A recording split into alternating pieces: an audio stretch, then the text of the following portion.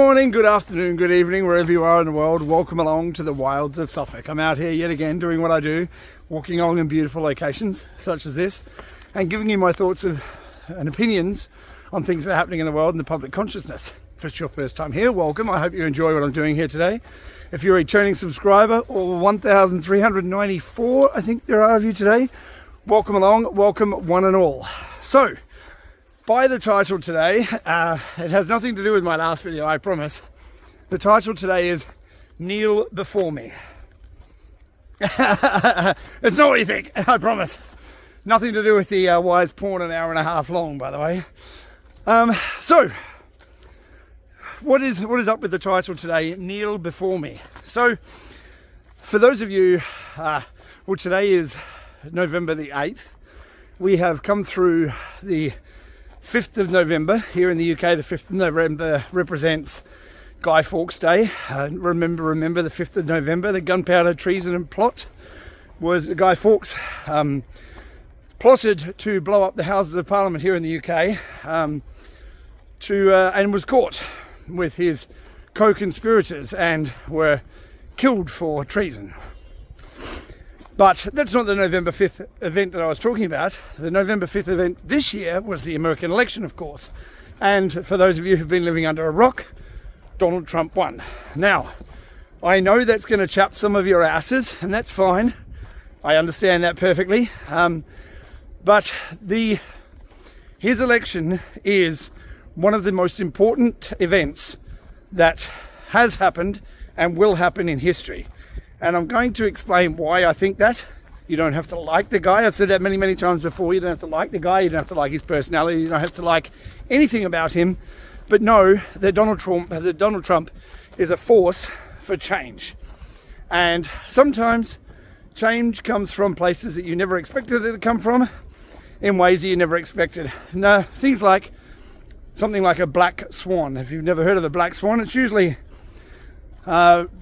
in reference to a financial event or an event that comes out of nowhere that triggers some kind of collapse of, usually, like I say, usually it's attributed to financial situations. So a black swan event could be a collapse in the stock market or a hack of the financial system or something like that that comes from something that we didn't expect, a black swan event.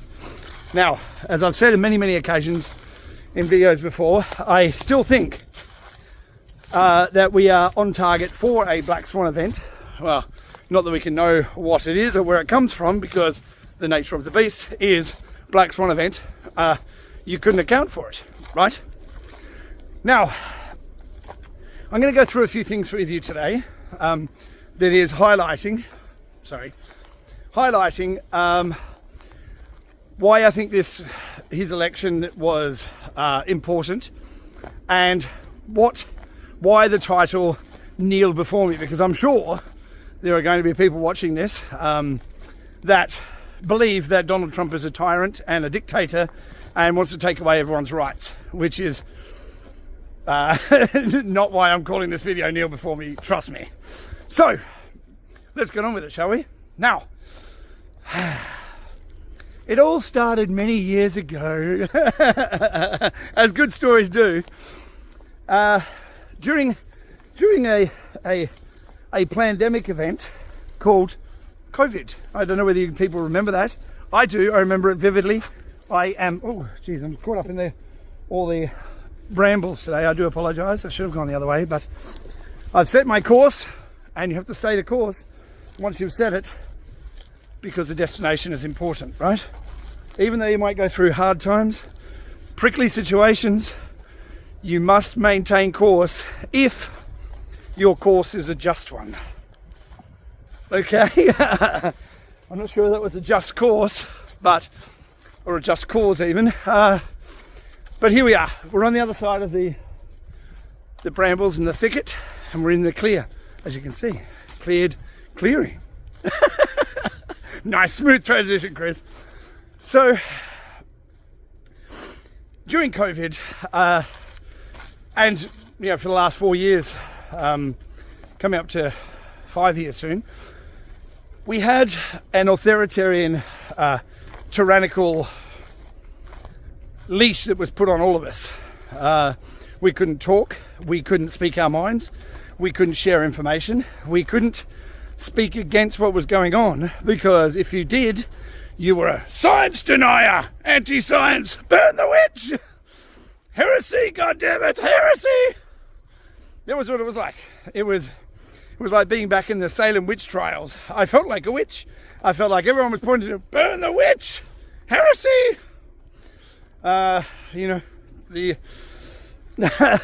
We had a tyrannical, overarching psychopaths running the world and telling us what we could and couldn't say. And we had NGOs, non-governmental organisations, if you don't know your acronyms. We had international organisations such as the WHO, not the band, the WHO, which is the World Health Organization, or the World Health Organization. They have nothing to do with health whatsoever. In fact, it's run by a guy called Tedros. Can't remember his first name is, doesn't matter. Pretty sure he's Somalian. Pretty sure, don't quote me, but I'm pretty sure.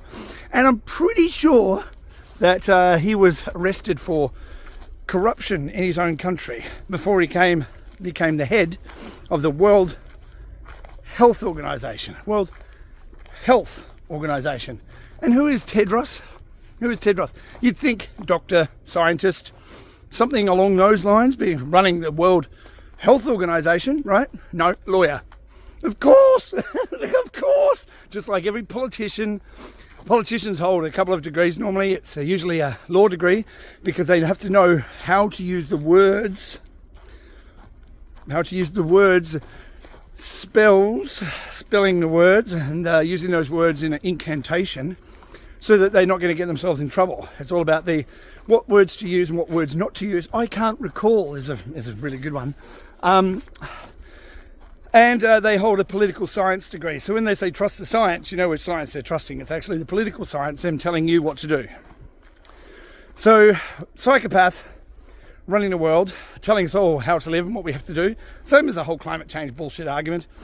The same people who are flying around their private jets, going to their conferences and clinking champagne to glasses together while they're eating the best Kobe beef flown in, especially for that event. And ingredients flown from around the world. And look, people have said, no, you don't know what you're talking about, Chris. I'm a chef. I've been a chef for 37 years. 37 years. I've cooked for, you name it, I've done it. I've cooked for royalty here in this country, okay? I have. So don't tell me I don't know what I'm talking about, because I know very, very well. So the issue is that you have these organisations, International Monetary Fund, World Health Organization, non-elected agencies who hold dominion. Funny that those voting machines that were all causing problems were from a company called Dominion. Totally not correlated whatsoever, okay? Pure conspiracy theory. The voting machines are completely, the voting machines that take weeks to count up the votes, the tabulation. Yeah, I'm sure there's nothing wrong with those. Couldn't be hacked, right? Oh, Donald Trump stole this election, right? With help of Russia. God, I can't stand it anymore. It's just insane. But anyway, you had non-elected international NGOs and organisations like World Health Organization, run by a lawyer who was it embezzlement that he got done for? Corruption, embezzlement, something like that. Okay? Those people were telling us how we had to live based on completely fabricated models by a guy called, Ferguson. I can't think what his first name was. Someone Ferguson from the London School of Economics. Because those economists have got it right every time, haven't they? Inflation is transitory, Chris. Yeah, I'm pretty sure I called that one. It wasn't transitory, was it? No, not even a little bit. So these people were literally, using the words of Yuval Noah Harari, who is an expert in, not tribalism. What's the word I'm looking for? Along those lines, I can't think of it. Feudalism. feudalism, who's a student of feudal pasts, where you have the royalty and the aristocracy and the peasant class. No middle class, which is why the middle class is gone. Now you understand. I'm not middle class, by the way. I'm working class. I work, have done for my whole life since I was 15. I don't have time off. I work all the time. And I'm proud to be working class because it is the workers that build a nation. And no matter which nation I'm in, I'm adding to that nation by doing what I'm doing. So you had these self-confessed elites telling us how we were going to live. In other words, they wanted you to kneel before them and be subservient to their will. Much like in that movie 300. Have you seen 300? If you haven't, I should encourage you to watch it. It's wonderful. So in the movie 300, you had the Ottoman Empire run by a guy called King Xerxes, who went to battle against King Leonidas, the Spartans. There was 300 Spartans that stood against the Persian army of 1 million people coming to take Greece through Sparta. They knew if they could win, if they could beat the Spartans, they could take the rest of Greece, because the Spartans were the ultimate fighting force. The patriots of their country were the ultimate fighting force who dared to stand against a 1 million strong army with a self-proclaimed King Xerxes and all of the riches and everything that was everything that he had to bring to bear against a smaller army of 300, much like we have in the past 5 years against trillion-dollar media organisations and multi-billion-dollar NGOs and military contractors, media, social media, governments represent Xerxes, while we, the brave 300, stood against the media machine, against the political machine, the political science, trust the science. We are the ones that did stand against that barrage of never-ending garbage and force that tried to force us into submission, much like Xerxes. Now, when Xerxes and Leonidas met on the battlefield, Xerxes was standing there and he said, "I respect you, King Leonidas, and I will let you keep your kingdom. All you have to do is bend the knee and kneel before me." Oh, ow! Getting old, the knees are going. Did you hear that creak? Yeah. All you have to do is kneel before me. And I think the best line of any movie I've watched in a long, long time was Leonidas' response. He said, in his best Greek accent, Scottish, "See, that's going to be a bit of a problem there. See, my legs are a bit sore from slaughtering your men all day." That's how it's done. Stand in the face of that, in the face of unrelenting, unforgiving pressure to bow to that. And he never did. This is why he went down in history as a leader and as a true patriot to his country and to the people who looked to him for support and guidance. He never backed down, which is why we didn't back down. We took umbrage from someone like that with the strength of character and the nobility to stand in the face of, sure, it was death should he fail. But in death, his story was stronger, much like in Star Wars, where Obi-Wan Kenobi says to Darth Vader, "If you strike me down, I'll become more powerful than ever." And it's the same that's happening with the strongest amongst us. So, I'm, like I say, in this whole battle, I'm no one. I'm out here walking through the forest, a crazy person, talking to himself, carrying a phone, and talking about the strangest, craziest things like the world isn't real, we're living in a simulation, and you have intelligence agencies and governments that are using honeypot schemes to entrap people into situations so that they can control them. It's the craziest shit.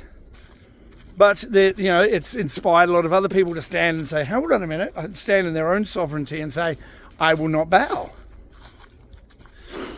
So with everything that's going on now, with the last 4 years in particular, but it's been going on for a long, long time, we've had the national security has always been held up as, oh, you can't know that because of national security. Because if we were to tell you just how corrupt we are, then you would all turn on us.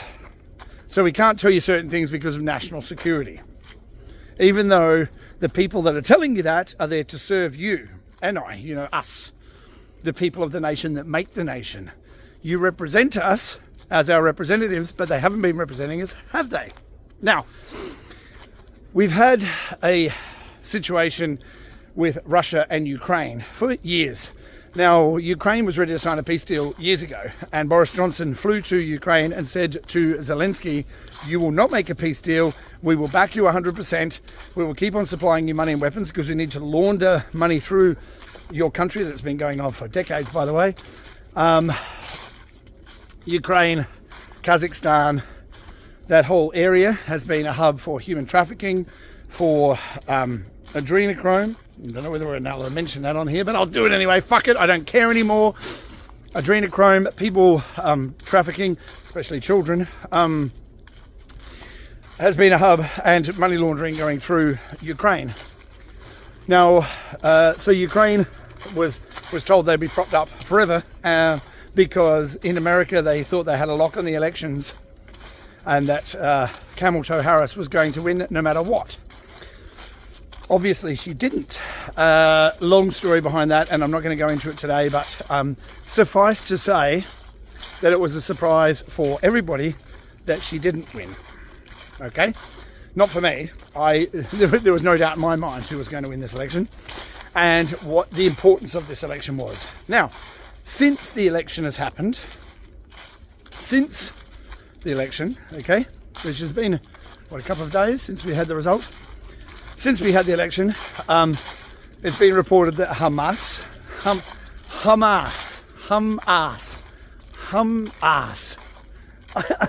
mean, I don't know how that translates into the language from there, but I don't know that I call my terrorist organisation Hamas, but what do I know? It's Hamas. Since the election, Hamas has already come out and said, I think it was the next day, Hamas has already come out and said it's time to have peace talks with Israel. Amazing. The Israeli Minister of War, I don't know what his title was, Ministry of Defence or something like that, Ministry of War, that's what they're there for, war. Ministry of Defence has stood down. There's major upheaval in Israel. The people of Israel wanted to get rid of Netanyahu because he's a psychopath. He's a fucking crazy person. I know people in Israel who disagree with me and say, oh, but he's the best. But he's not. He's a fucking psychopath who knew October 7th. He knew beforehand from the Prime Minister, I think, of Egypt, that there was an attack coming on the 7th of October, and they allowed it to happen. Mossad is integrated into everything. They're everywhere. And if you think that the Mossad didn't know that they were coming on October 7th, you're delusional. Delusional. They allowed it to happen so that they could go into Palestine. Okay? Now, so Hamas has already said we're ready to have peace talks. Russia, Vladimir Putin has said, Trump's been saying on day one, the war in Russia and Ukraine will stop. Putin came out and said, I don't know what Trump's talking about, how he thinks he's going to end this war, but I'm willing to have a conversation with him and come to some agreement because we want peace as well. Amazing. Amazing. Ukraine, on the other hand, Zelensky is still holding his ground because he's been threatened, and he really believes that Ukraine is going to be allowed into NATO. It will never happen. It will never happen. Not in a million years will it happen. And he's delusional if he thinks it is, and he's delusional if he thinks he's protected. I'm not threatening him. Who am I? I'm a guy who walks around in the forest. I mean, I'm not a threat to anybody, which is why I'm still doing this. You know, if I was a threat, then I'm sure I would have been rounded up a long time ago, but I haven't been. Here I am still walking around in the forest. I'm just a guy, no one special, but I'm still doing what I do because I'm a threat to no one. I'm not looking to hurt anybody. I'm just looking to speak my mind and give you my opinion. My opinion. I don't expect you to accept anything that I say as fact. I would prefer that you go and do your own research and find out for yourself. And if you want to prove me wrong, that's cool. I'm happy with that. I yearn for it. Just prove me wrong. That's cool. Okay?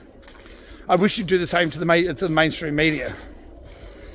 But, you know, it's easier to point the finger at a crazy person who walks around in the forest than it is to go up against a multi-billion, trillion-dollar machine that is funded and organised by a very, very small few people, and intelligence agencies are running the whole show. Operation Mockingbird, anyone? Oh yeah, we're not going to talk about that though, are we? During the course of the campaign, Robert Kennedy Jr. joined Trump, so did Elon Musk. Oh, Elon Musk is bad, Chris. He's wore a satanic outfit to the thing. Honestly,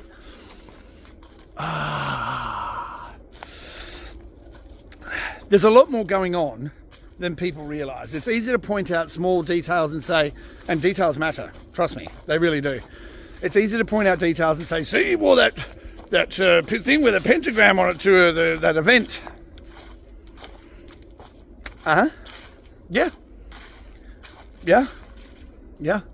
So, who do you think would be able to enlighten you on the behaviours of people within the ruling elite class than people within that ruling elite class coming out and standing against that they were brought up in or have been part of their whole lives? Who do you think is qualified and who understands it best than someone who's been part of it or who was raised in it?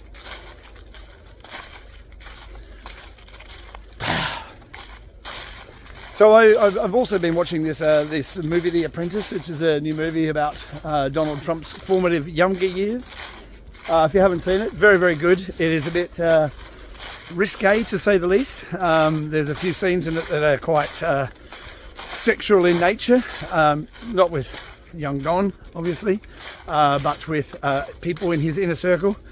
So if you think Donald Trump doesn't know the players and the people involved in those circles that he's been involved in for years in order to be in the businesses he's in, then equally you're delusional. These people have been in these circles, they know who the players are, they're very well connected, and I personally think that they're the best people to be able to expose the people that they know are guilty of the crimes. Yes or no? Oh, but Donald Trump's a criminal, Chris. So what's happened to all those criminal cases that he's always definitely going to jail this time? The walls are closing in. What's happening with all those cases now? Oh, that's right, they're dropping them all.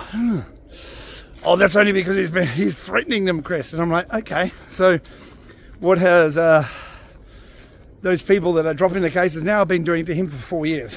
Well, really, 9 years since he announced to go into politics. It's not the same, Chris. So the question I ask people is, if Donald Trump's such a criminal, he's done everything wrong in his whole life, why is it that none of these charges have stuck? Why is he not in prison now? Why is he still walking free and now been elected president? Oh wait. If there was a way that they could have arrested him, if there was a crime that they could have arrested him on, before he went into the presidency, or before he ran, do you not think they would have? I don't know. It's a strange world we live in, isn't it? So maybe, just maybe, things aren't the way that you think that they are. Not everything is as clear as you think it might be.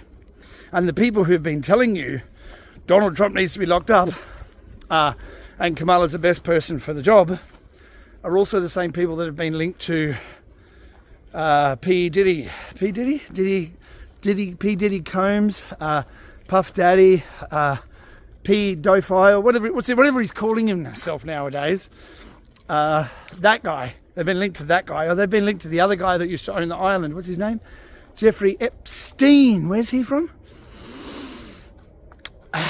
And his handler, girlfriend, whatever we're calling her, Ghislaine Maxwell, who's in prison for people smuggling to his island.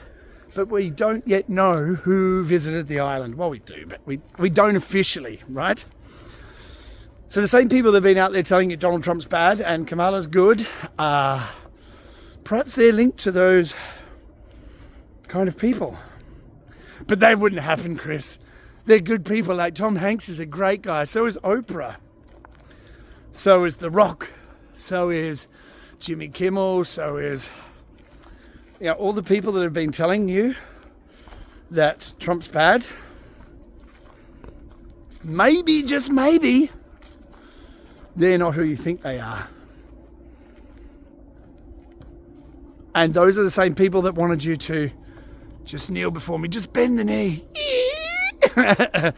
So that's a bit of a problem, right?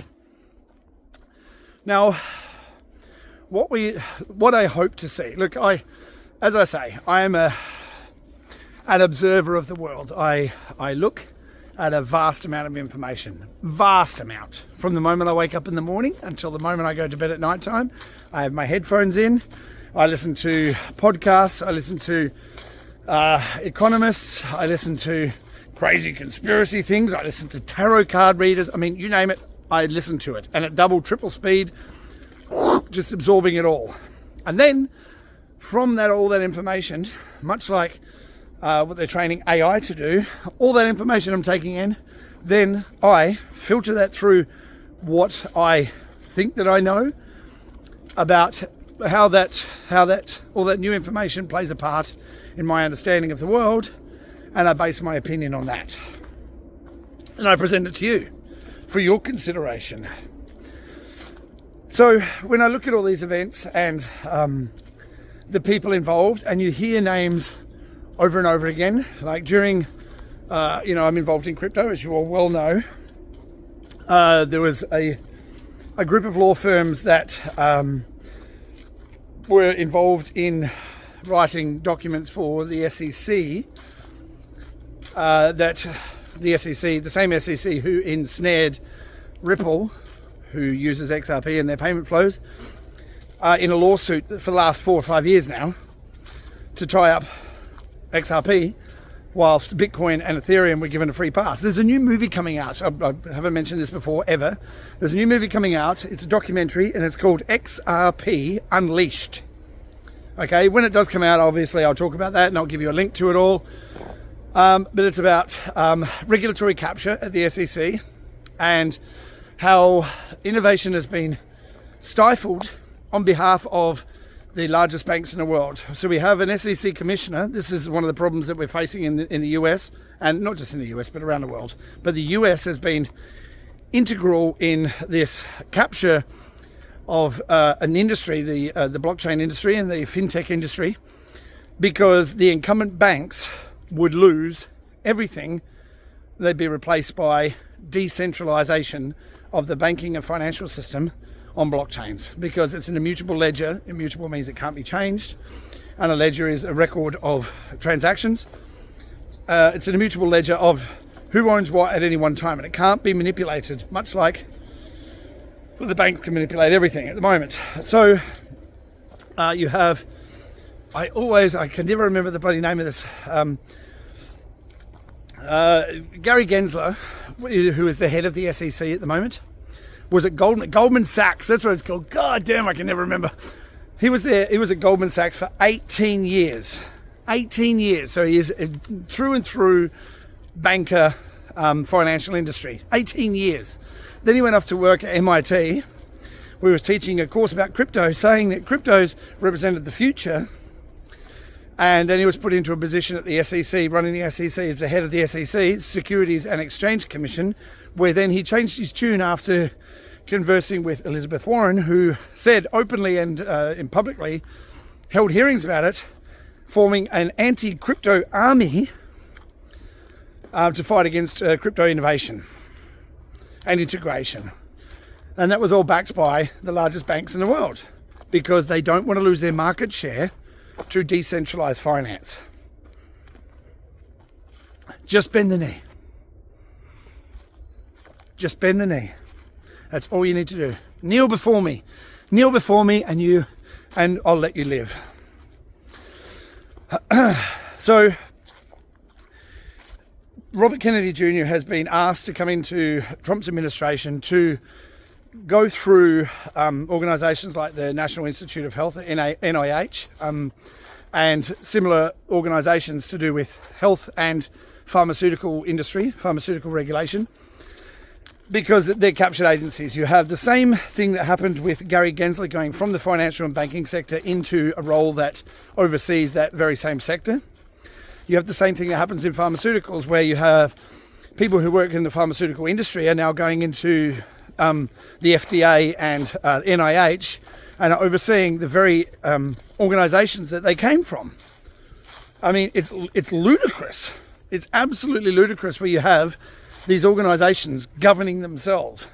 So Robert Kennedy Jr. has been asked to go into Trump's administration, who was a staunch Democrat his entire life. His uncle, John F. Kennedy, and his father, Robert Kennedy, were both killed in office for wanting to do what Trump wants to do. Why is it that they've tried to kill Trump twice now and will probably try again? Because he's trying to do the same thing that John F. Kennedy and Robert Kennedy wanted to do, which was root out the corruption in the American government and intelligence agencies. So he was being asked to go in and find the corruption and root that out in those agencies, the health agencies, because never in history has the population been so overweight and so unhealthy as it is now. And it's not just America, it's all over the world. The shit ingredients in our food, the shit they're spraying into the air, if you see those lines across the sky, that's not normal, by the way. The poisoning of the water supply, fluoride everywhere. I don't care what you say, fluoride is fucking poison. It's a neurotoxin. Don't believe me, look it up. It is a neurotoxin and it's been put in our water supply. Why? Because it calcifies the pineal gland. Makes you stupid. Oh no, trust the science, Chris. Yeah, go and drink some more tap water, buddy. You'll be fine. Have a booster.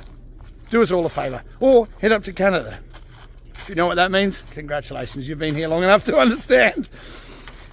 Now, also, Elon Musk, who I'm pretty sure we can all agree is a pretty staunch advocate for free speech. Oh, no, he's not, Chris. Honestly, I'm so tired of having these arguments with people. But he's been asked to take part in Trump's administration as well, who is also a Democrat, by the way, Elon Musk, and a staunch liberal, to form what he's calling, and this it bugs me. It bugs me. He's forming the Doge Department of Government Efficiency. Now, for those of you who don't know, Dogecoin is a meme coin. It was designed as a joke. It's a copy of the Bitcoin blockchain, which requires mining. Honestly, it's a joke. But anyway, the Department of Government Efficiency, which is what he's going to be heading up, along with another guy called Ron Paul, who's been in US politics, very, very famous in US politics for many, many years, who has been trying to abolish the Federal Reserve. And there's nothing federal and there's no reserves there. Okay? Federal Reserve is a giant scam. It's a privately owned central banking organisation cartel. Okay, that was set up in 1913. Christmas Eve, I believe, wasn't a full Senate session. I'm pretty sure it was the Senate in the US. After some prominent members of the wealthy and aristocracy class in the US were killed on the Titanic, who were opposing the setting up of a centralised banking dynasty in the US. Funny how that takes place, isn't it? Not related at all. I mean, it was just purely an accident that JP Morgan wasn't on that ship as well, the Titanic, when it sank. Creature of Jekyll Island. If you haven't read it, read it. You'll understand it better. But what do I know? I'm crazy. G. Griffin, great book. Should read it. The Creature from Jekyll Island, which is all about the setting up of the Federal Reserve in the US. Have a look. So you've got Elon Musk. You've got Ron Paul with Elon Musk going in looking into government efficiency. Ron Paul's been in the government for 50 years, I think, 40 years or something, in the US government. Staunch advocate for rooting out corruption and wasted money. Good thing? Yeah. You have other prominent people that are joining Trump's transition team who are going to be rooting out corruption through the entire government. Now, at this juncture of this conversation, I know that you're going to be standing there asking me, but Chris, you tell us you live in the UK. Why are you constantly talking about the US? I'm glad you asked. And I've answered this question many, many times before. And whenever I speak with people about this kind of stuff, they're like, why are you so focused on the US, Chris? Because, like it or not, we're living in a world where the US dollar is the world reserve currency, which means that 70%, don't quote me, pretty sure it's pretty close, 70% of the transactions that happen in the world are US government, US dollar denominated. Okay, so oil trade, all that kind of thing is done in US dollars because it's a world reserve currency. And the deal that was done by Kissinger in Saudi Arabia in 74, I'm pretty sure it was 1974, after in 1971, the 14th of August 1971, the US dollar came off the gold standard, which was a big deal because all the other currencies in the world were linked to the US dollar after the Second World War, the Bretton Woods Agreement, where all the other currencies would be linked to the US dollar, which was backed by gold. But on the 14th of August 1971, Nixon took the US dollar off the gold standard because they didn't have the gold to back up how much money they were printing. Okay? Now, which meant the US dollar was backed by nothing. Oh, but it's backed by the US military, Chris. It doesn't make it better, okay? It doesn't make it better. So in 74, Kissinger went over to Saudi Arabia and said, we'll protect you, but you have to sell all your oil in American dollars, which set up the petrodollar. Now, petrodollar is coming to an end, as it should. The world being governed by a single currency is also the hegemony of the American dollar is coming to an end. Now, I'm not suggesting that it will be the Chinese yuan or the Russian ruble that will be taking its place, but I think we're heading to a place, not immediately, I think over the next few years, we'll be heading to a place where you'll have precious metals and commodities will form a basis of underpinning currencies around the world. That's what I think. I might be completely wrong. Russia's already said that they're going to be collecting silver as a strategic reserve in their treasury, and gold, of course. All the countries of the world, you have Hungary, you have Poland especially, when they said that we're holding gold in a revaluation account. So you want to clear a country's debt, you hold commodities or precious metals or other treasured items, and you revalue those. At any point they can revalue gold to $20,000 an ounce. At any moment, much like they did in 1933, I think, in the US, where they confiscated all the gold from the people. It was $20 an ounce that they paid, and then it instantly went to $35 an ounce once they confiscated all the gold from everyone. That was just after when the charter ran out, the 20-year charter ran out on the Federal Reserve's initial implementation. So the Federal Reserve wanted to bankrupt the nation to stay in power. So, as I've said before, many, many times, it's not the politicians that are in power, it's the corporations and the banking cartel that runs the world. It's the money. And if you can print money out of nothing, and you control that, then it's you who's in power. Much like Rockefeller said, I care not who controls your country, I care only that who controls the power to create money. That's who's really in power. Okay? Now, we're living in tumultuous times. I am hopeful. I'm not sure about anything, of course, but I'm hopeful that if Trump and his team are successful in their operation of rooting out corruption and exposing the manipulation and entrenched corruption throughout their government and throughout the world, that will spill over into other nations when they see the success and prosperity of America, that the people of other countries will then look to their own governments to say, why are they doing, let's just say that Trump does follow through in his promise and says no more income tax.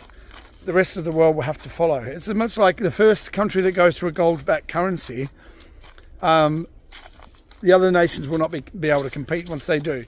So the first nation that does it, everyone's going to have to follow suit. So the first nation that abolishes income tax and makes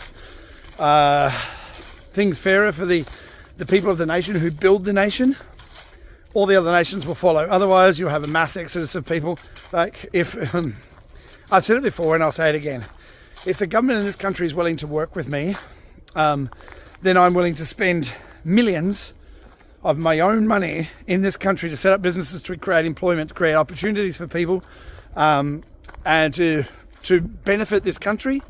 But if the government's not willing to work with me, I'll leave the country. I'll give back my passport and I'll walk away. This is my home. I live here. I've lived here for 25 years. I love it here. I don't want to leave. But if the government's going to continue to act like a spoilt little brat that wants to take all of his toys and keep them all for himself, and while impoverishing everybody else, then I'll leave. I have no qualms about leaving this country. Oh, we need to increase your taxes, which is what two-tier Keir is saying. Keir Starmer is our leader that we all voted in because they're all sick of the Conservative government under Rishi Sunak, who was a useless wet paper piece of shit who needed to be flogged for treason. Now we've got another World Economic Forum puppet running the nation who came in with lots of promises. We're not going to raise taxes. Oh, we're going to raise taxes now. The winter fuel allowance for elderly people is going to stay in place, Chris. No, that's gone as well. He lies about everything. He's a lying, cheating, World Economic Forum puppet scumbag piece of shit. Say what you really think, Chris. I do say what I really think. I so dislike that guy. And the World Economic Forum, they're little puppets. They're little puppets all over the world, like Justin Castro up in Canada, who's following their model to impoverish the people of these nations and to have them subservient to the will of WHO and the World Economic Forum. But two-tier Keir is now saying we need to increase taxes on this nation, on the people of this nation, to pay for what the previous government did. But at the same time, you and all your cronies who were on the opposite side of the bench, the opposite side of the chamber in Parliament, were all cheering it on when you wanted to send more money, more of our taxpayer money, away from this nation to support this nation to a war zone to be washed through a corrupt created war zone known as Ukraine. So they were sending our money off to Ukraine by the billions and obviously war machines at our expense, and now they want to raise our taxes and impoverish us and our children for forever because of their stupidity. I personally think they should have their entire bank accounts and everything that they own sold to pay for the shortfall in the budget. You voted for it, you agreed to it, now you pay for it. I don't want to pay for your stupidity. Why should I have to? So I'm living in hope that Trump delivers on his promises. If he can stop the wars, that's going to be a major battle won right from the start. If he can get Ukraine and Russia to agree to terms, he can get Israel to want to stop bombing everybody all over the world. That's for me, that's a win right there, and it would be worth all the bullshit that we've gone through over these years. If he can also expose the corruption within the US government and our government here, that would be awesome. In addition to that, shrinking the size of government. What I hope is that he creates a successful nation within America and for the people of that nation, so that the other nations of the world can emulate and take part in that success story in their own countries and rebuild culture, rebuild freedom, rebuild a positive energy going forward that we can build on, rather than this fear, terror, and class system that they wanted to impose in this feudalistic manner, so that they can rule over us and have us all on our knees begging for crumbs from their table. I hope and I pray that happens. And I think we should all give the guy a chance to prove himself before we start belittling him and calling him a dictator before he's even taken office. If we can do that and he delivers, then I hope that we can move forward together and realise what's been done over all these years, the media manipulation, the political games, the fuckery that is the non-stop badgering and putting down of people who speak out against the sheer open corruption and nightmare fuel that we've been living through for the past, definitely 4 years since COVID, but for the past, for decades that we've had this ruling elite class ruling over us through these proxy organisations of NGOs and international world organisations, those kind of things. So, don't live on your knees. I never will, which is I wanted to demonstrate in the only way that I could my resilience against oppressive regimes and tyranny through my voice and through my actions. I come out here and I speak about the things that I speak about, and I try and live that every day. I never wore a mask. I never had a jab. I raised my voice in opposition. I refused to back down. I refused to give in. Whilst I'm not a leader of any large group of people, and I probably never will be, I demonstrated through my actions, through my words, that I wouldn't be subservient to that. And I hope that everyone who tuned in and watched drew their own courage from seeing other people willing to stand in opposition to it. And I hope that going forward that your courage and my courage to stand in open defiance to people who wanted us to live on our knees for the rest of our lives or die, I hope that shines forward for other people for them to have their own courage to stand against the things that are being foisted on them by tyrannical little people who want to exert dominance over other people because perhaps they've never had that for their entire lives. Much like Macron in France, that weak little pervert who ended up marrying his high school teacher. Nothing to see here. Nothing at all. So for me, it's a wonderful day, and it's a day that I think will go down in history as a life-changing, as a world-changing event that will be remembered in history as a turning point of where our world kept on going down the road of silence your speech, silence your voices, tyranny and oppression at the hands of weak people who wanted to reign over us all. Now, that all said, and I'm not going to end this on a Debbie Downer, but I have to say, this has to be said.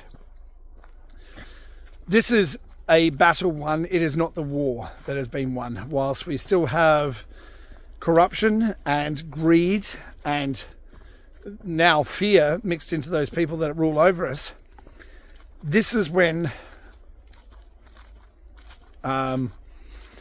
events could be triggered. And I've spoken about this before. Will they release another bioweapon? Who knows? What happened in America? I saw some posts on X where some monkeys escaped from a virology lab in the US. Nothing to see here. Move along.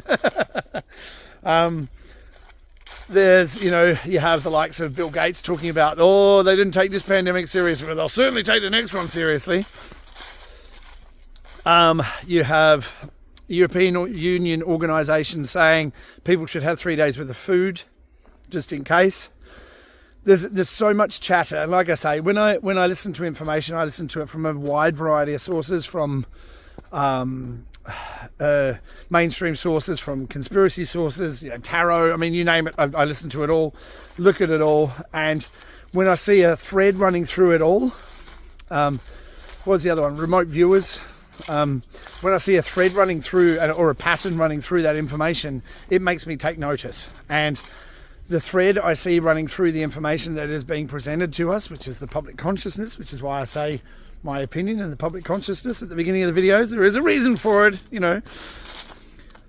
that makes me take notice. And one of those threads that I see coming multiple times over and over from multiple sources is a financial calamity of some kind. What I think they're going to do is they're going to call it a hack of the financial system, banking or whatever it is. I don't know. I don't know, but I think they're going to call it a hack, and they're going to say the financial system or the banks were hacked, and it was Russia, China, or Iran, or North Korea. That's personally what I think. Do I think that they'll go to the next level where they fake an alien invasion? I hope that they do. Honestly, that would be the best day of my life. It would be like there's a trump card. It would be the final playing card on the deck, laid down to win the game. It would be so good, because at that point, the conspiracy theorists would be revered by the normies, the people who don't take part in this kind of information, who don't take part in the conversation because they're too afraid to be seen to be crazy, because only crazy people would talk about beings from somewhere else coming and visiting us here. Only crazy people would talk about that, surely. That would be the final. It would be the final tick on my bingo card. It would be amazing if we could get to that point where they would pull it. I'm not sure if they will. Personally, I think we're going to have something a little bit more homegrown, which I think will be a hack. That's what I'm going to think they're going to call it, or events, negative events that will throw people off their elation of corruption being exposed. If you need to change the narrative, which is what I've been talking about for a long, long time, these narratives that are sown into our consciousness through media, social media, politics, all these kind of things. If you want to change the narrative, if you've got exposure of things like the Epstein list or the P. Diddy list, the people who came to P. Diddy's parties, what would you do? You'd throw the switch and you shut off the internet, wouldn't you? That's what I would do. I mean, obviously I don't think the same as the psychopath. Sociopath, perhaps, Psychopaths don't know the difference between right and wrong. Sociopaths know the difference, but don't care. I think I'd probably fall into the sociopath department. I've been told that I am many, many times. So, if I have to fit into a pathology or a pathogy, I'm not sure what the terminology is there. But anyway, if I have to fit into one of those, then you place me where you like. If you think I'm crazy, awesome. It's great. It frees me from responsibility if people think that I'm crazy. It's nice to have people think that I'm too stupid to understand things, because it lowers the expectation level. So it's easy to blow away people's expectations when they have a really low expectation of you. It's wonderful. So that all said, if you are, I think the last 4 years has prepared us mentally, to toughen us up mentally for what goes forward from here, and how we tackle the difficult, circumstances we're going to find ourselves in should a negative, let's not call it a negative, should another event arise that would be difficult for us to maneuver through without changing how our lives are structured. Like banking, for instance, how would you go without a bank? What are you going to do if you haven't got access to your money, for instance? Me, I'm fine. Like I say, don't ever worry about me. I don't ask for money. I don't want anything from my audience. The only thing I ask for, and that you give it to me willfully, is your time, which is more precious than anything else that you could possibly offer me.